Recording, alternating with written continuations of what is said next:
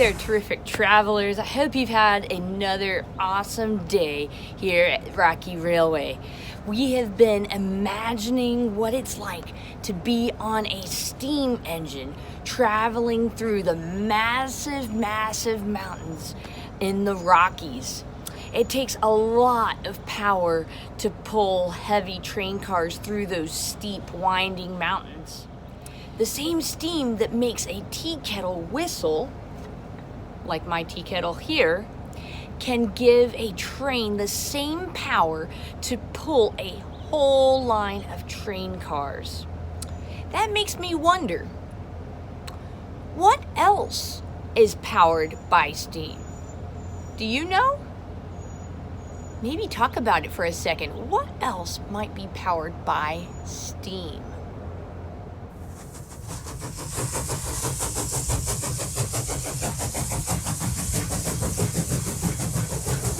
Those are some good thoughts. So I did a little research. Some power plants use steam, and they give power for entire cities. So they give electricity so that you can have power in your house sometimes. It's pretty cool, huh? Pretty powerful. A long time ago, there were steam-powered tractors and steam-powered cars and steam-powered ships. Steam can create a lot of power. Today, we've been talking about God's Son, Jesus, and the awesome, huge, bigger than death power that he has.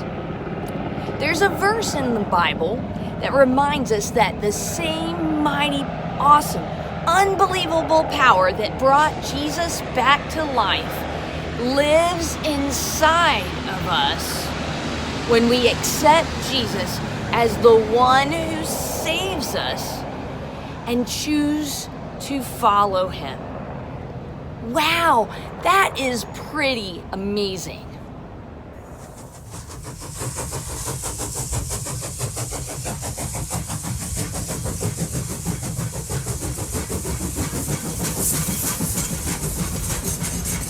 Well, it's time for our Rockin' Railway review. Do you remember what we learned about today?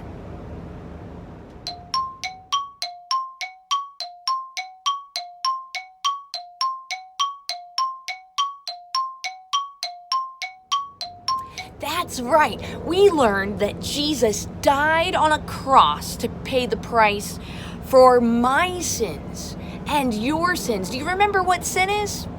Sin is anything that you've ever done wrong and anything you're ever going to do wrong. That's what sin is. You might have done a sin earlier today. You might have done a sin yesterday, and you're going to probably do sin tomorrow or another day. It's going to happen because we're human. But guess what? God took care of that sin in our lives that separates us from God by sending Jesus to die on the cross. But the story doesn't end when Jesus died on the cross. That would have been a pretty sad ending to the story. Instead, Jesus came back to life 3 days later, and he is alive today in heaven. That is something to celebrate.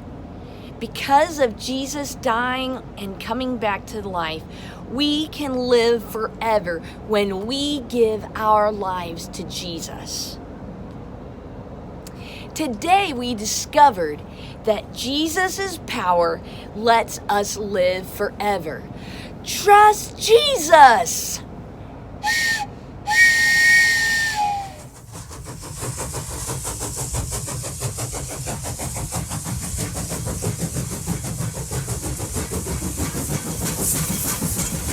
Now it's God sightings time, one of our favorite times where we talk about the ways that we have seen God in the last few days. Have you been noticing all of the wonderful, amazing things of God around you? We're talking a lot about big, strong, powerful things, and it's easy to look at mountains or look at the oceans and say, that's so big, and it's awesome. Our big and awesome God, He made that. Well, some of our God sightings might be tiny things. It might be an ant. Did you know that an ant can lift more than their entire body weight? Have you ever seen an ant carry off a crumb? Yeah, they can. Take note the next time you see an ant. Well, I think we could give a big wow, God, for that. Ready? 1, 2, 3. Wow, God. It might be seeing a new baby. They don't come out big like me. No. They are small and tiny. You can hold them. But God created them, and that's a God sighting too. So even those small things can show God's awesome, big, bold power. God is so big that He can be everywhere all at once. But He also even cares about the tiniest creature. You know, in the Bible, it says that God even knows when a sparrow falls out of the sky.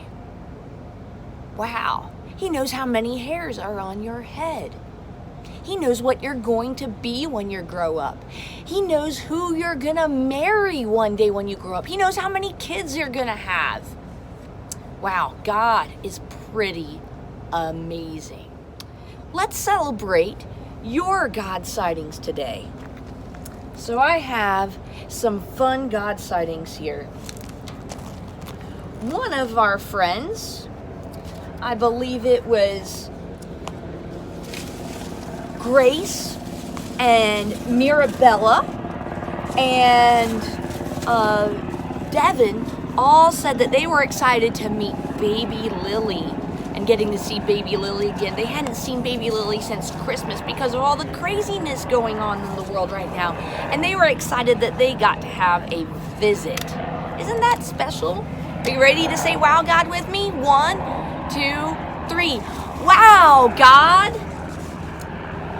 Our next one is from Ty. And Ty has been so excited that he got to play with his friends this week. That's pretty special, playing with friends. I miss playing with lots of you. I was so glad that I got to see lots of you on Saturday when you picked up your Vacation Bible School bags. And I get to see some of you on Sundays. But I miss lots of you. Yeah, I hope I get to see you again soon. So are we ready to say wow, God, for Ties? Ready? 1, 2, 3. Wow, God. And our last one is Miss Oakland. Oakland said she has been having lots of time at her Gram's house. I've been to her Gram's house. It's a lot of fun.